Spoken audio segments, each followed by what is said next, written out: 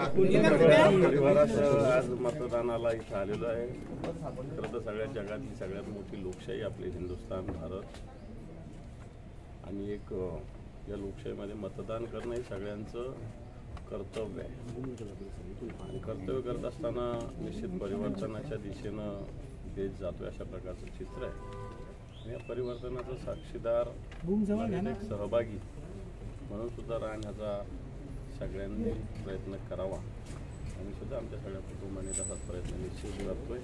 पण तो सगळ्यात महत्त्वाचा ठीक आहे, कोणाला मतदान कोणाला करायचं असा विषय असू शकतो, पण तो मतदान 100% केलं पाहिजे ही भूमिका सगळ्यांनी ठेवणं गरजेचं आहे आणि हा लोकशाहीमधला सगळ्यात महत्त्वाचा मतदानाचा अधिकार आमच्या संभाजीनगरात बजावलेला आहे। जिल्ह्यात काही ठिकाणी मतदान यंत्रामध्ये बिघाड पण झालेली आहे, वैजापूर कन्नडमध्ये आणि गंगापूरमध्ये आलं। मला सकाळीच हडको टीव्ही सेंटरवरून सकाळीच फोन आला होता। एक फोन मला गंगापूर तालुक्यातल्या तुरगाव सर्कलमधून आला, एक वीरगाव सर्कलमधून आला वैजापूर तालुक्यात, एक सोयगावमधून आला, असे 4-5 फोन मला आले, पण नंतर ते सुरळीत झाले।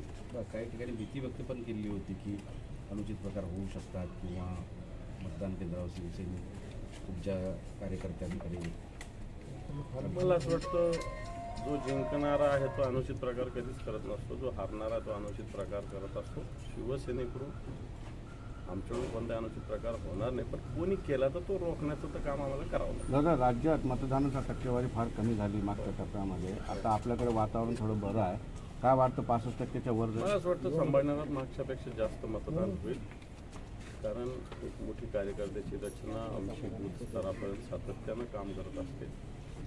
या बूथचा मतदाराचा एक अभ्यास सातत्यानं झाला असतो तो मतदान चांगल्या पद्धतीने करून देऊ शकतो। कारण संभाजीनगरात मतदानाची टक्केवारी मागच्या वेळेसपेक्षा मला महाराष्ट्राचं जी काही टक्केवारी असेल ती असेल, परंतु संभाजीनगरात निश्चित मागच्यापेक्षा जास्त टक्केवारी असेल। सकाळचा आढावा घेतला।